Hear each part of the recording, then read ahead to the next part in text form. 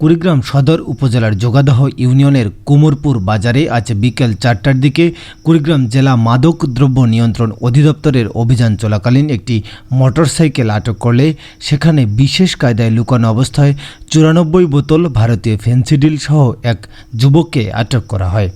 উক্ত অভিযান চলাকালীন অবস্থায় প্রায় 50 থেকে 60 জন সাধারণ জনগণ সেখানে উপস্থিত ছিলেন। সে সময় বাংলা দৈনিক এবং বাংলাদেশ নিউজ টুডে পত্রিকার কুড়িগ্রাম জেলা প্রতিনিধি এজিএম রাব্বুল ইসলাম উক্ত ফেন্সিডিল বোতল গণনার ভিডিও ধারণ করতে গেলে সেখানে মাদক দ্রব্য নিয়ন্ত্রণ অধিদপ্তরের নেতৃত্বদানকারী উপপরিদর্শক জান্নাতুল ফেরদৌস সাংবাদিকের মোবাইল ফোনটি হাত থেকে কেড়ে নেয়।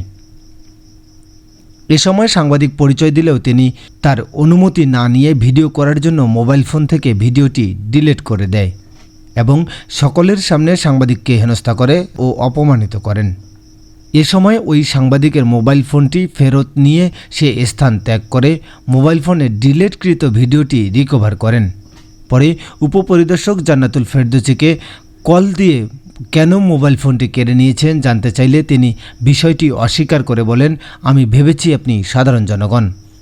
এ ব্যাপারে সাংবাদিক বলেন, এরকম একটি ওপেন প্লেসে আমি আপনাকে পরিচয় দিয়েছিলাম, আমি সাংবাদিক, তারপরও আপনি ফোনটি কেড়ে নিয়েছেন এবং মোবাইল থেকে ভিডিওটি ডিলিট করেছেন, যেটি আমি পুনরায় রিকভার করেছি বললে তিনি বলেন, আমি এ ব্যাপারে কোনো কথা বলতে চাচ্ছি না, আপনি সহকারী পরিচালকের সঙ্গে যোগাযোগ করেন।